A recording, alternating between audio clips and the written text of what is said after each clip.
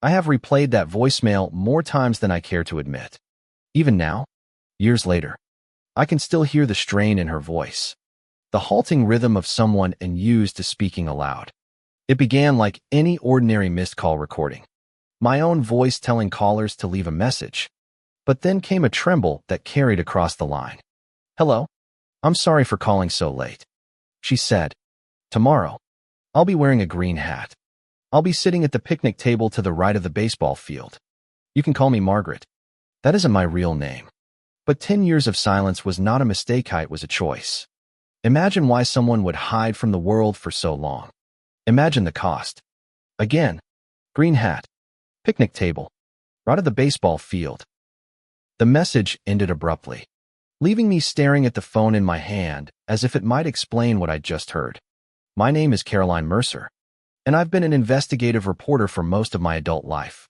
I have chased after cold cases, unearthed political scandals, and stood toe-to-toe with men who thought they could intimidate me into silence.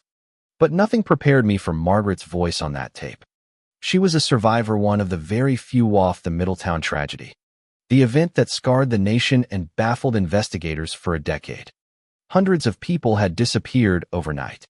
Rumors circulated. Theories bloomed. But hard evidence was scarce. For 10 years, the case gathered dust, marked only by unanswered questions. And now, suddenly, one of them was speaking. By the time the message came through, I was already on the road. I'd been trying for weeks to make contact with Margaret, enduring circular conversations that went nowhere.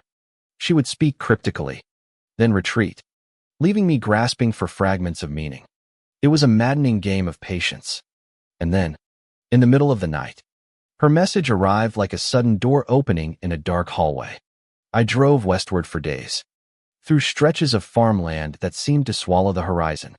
The motels I stayed in looked tired, the kind of places where the ice machines had been broken since the Reagan years and the carpets carried the memory of too many truckers' boots. I subsisted on bad coffee and gas station sandwiches, the kind of meals you eat with one hand while steering with the other. My only companion was the stack of case files on the passenger seat, pages so worn I'd memorized entire paragraphs. When I finally rolled into the small town Margaret had named, it was already late afternoon. The baseball field sat on the edge of a quiet park, its chain-link fences rusted, the paint on the bleachers peeling in the sun. Children's laughter carried faintly from the swings. But the field itself was empty. I parked my car, adjusted my coat, and walked toward the picnic tables. My eyes scanned for the green hat she had promised. Nothing. I sat down anyway, my back stiff with anticipation. Minutes crawled into an hour. The shadows lengthened. The air cooled. Mothers gathered their children. The swings slowed to stillness. But Margaret never appeared.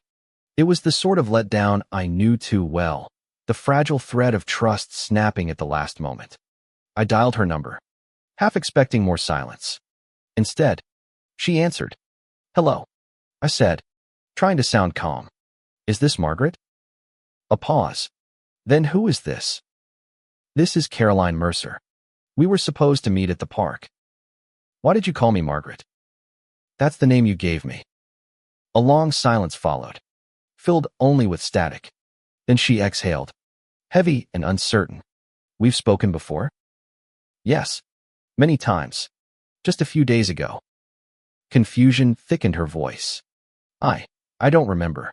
I have to write things down. Sometimes I lose my notes." "Is this still your number?" "Yes." "Then please call me back when you're ready." 2 hours later, she did.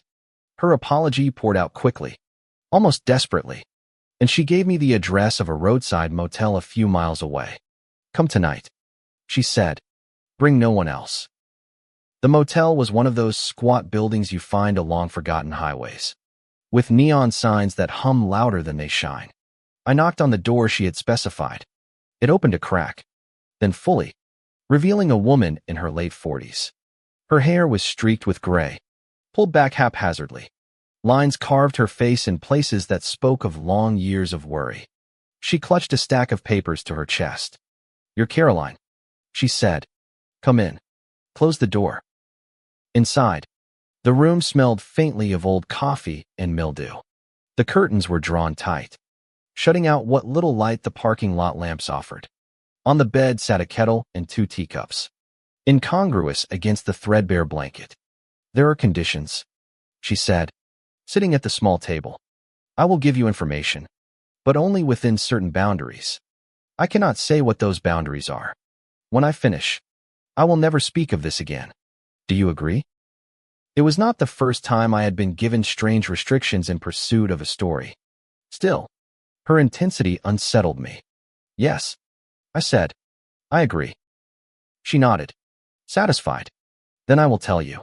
And when I'm done, you will be given what you need to find the next survivor." Her hands shook slightly as she poured tea. "I lived in house 27, with a man and a little girl. He was my husband. She was Emily, 7 years old. I don't know if she's alive." Her voice cracked, and I felt the weight of her grief pressing into the room. "I worked at the diner. Sometimes I cleaned at the facility. It was demeaning, but it was my role. Everyone had a role. That was the slogan, play your role for the good of us all." She laughed bitterly. "I hated those jobs, but I loved living there.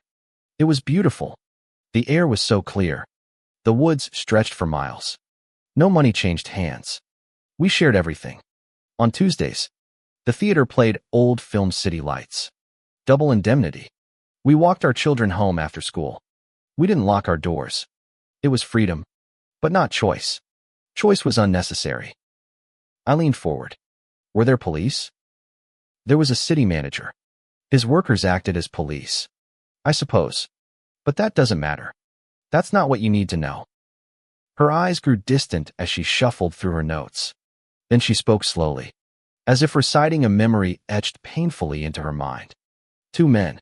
2 rooms. Opposite ends of a hallway. I saw them while emptying trash. One drew furiously on paper pinned to the wall. The other sat still. Night after night. I returned. The one who drew changed, sometimes a man, sometimes a woman, but the one who sat remained the same. Until one night. He drew too. And then I saw it. Their movements mirrored each other exactly, though 50 feet apart. I checked for cameras. Hidden wires. Nothing. Her voice dropped to a whisper. I compared their drawings. One black, one blue, but identical in every mistake. Every line. Impossible. She pressed her fingertips to her forehead, grimacing in pain. I showed my husband. He told me to stop working there. He was afraid. I grew angry. I wanted answers. She paused, breathing heavily. The next night, the man who always sat still looked at me. He spoke to me, but his lips never moved. I was 30 feet away, but his voice was in my ear. He spoke Emily's name. He told me to take care of her. He thanked me. I ran. I held Emily as she slept. And for the first time, I understood there was something extraordinary about him. Something that drew everyone to Middletown. Her voice grew hollow, distant. Then came the night I left. I don't know why. I was sleeping, then walking. The next day was the panic. People running, screaming, violence, blood, so many dead. But I was gone. He kept me safe. I don't know why. Her eyes welled with tears. I haven't found anyone since. I tried to listen, but the silence is too deep. Why me? I asked softly. Because we all have roles. Yours is to tell our story, and it is so important that you play your role. I hesitated, then asked, the man you described, was he Daniel Price? Her face hardened instantly. Leave, she said. Now? But, take the envelope on the nightstand. Inside is a phone. The next survivor will contact you. Go. Her tone left no room for argument. I stood, collected the envelope, and walked out into the night. Back in my motel room, I sat shaking with adrenaline. I had spoken to a survivor. I had something no one else had, knowledge that Middletown had revolved around a single man with an impossible ability. Margaret's story was unbelievable, yet it rang with the raw truth of lived experience. I must have dozed off at some point because I awoke to pounding on my door. The clock read 2:37 a.m. My heart lurched as the banging grew louder, accompanied by a man's voice calling my name. Through the peephole, I saw a man in his 40s, his forehead bloody from slamming it against the door. His eyes burned with wild intensity. "I see you," he shouted. "This is your warning." I froze, phone in hand. My instinct told me not to open the door, not to respond. But his voice rose, his fists hammering the wood. "You can't scare me," I yelled back, forcing my voice to stay firm. "Stop now." He paused, breathing raggedly. Then he pressed his face against the door. "This is your warning," he repeated, softer now, chillingly calm. And then he walked away, leaving a trail of blood down the corridor. I locked every bolt, sat against the far wall, and waited for dawn.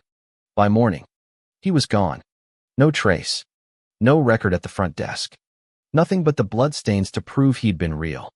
I checked out quickly, clutching the envelope Margaret had given me. Inside was a basic cell phone, its screen blank, waiting for the next call. I had come in search of answers, and I had found them, though not the ones I expected. Margaret's story revealed that Middletown was not a utopia gone wrong, but an experiment centered on one extraordinary individual. And now, others like her were out there, waiting, perhaps watching. For the first time, I felt the weight of my own role settle onto my shoulders. This story was mine to tell, and the cost of silence was too high. I never saw Margaret again. True to her word, she vanished back into the shadows, her role complete. But the phone she left behind soon rang, carrying me deeper into the web of survivors.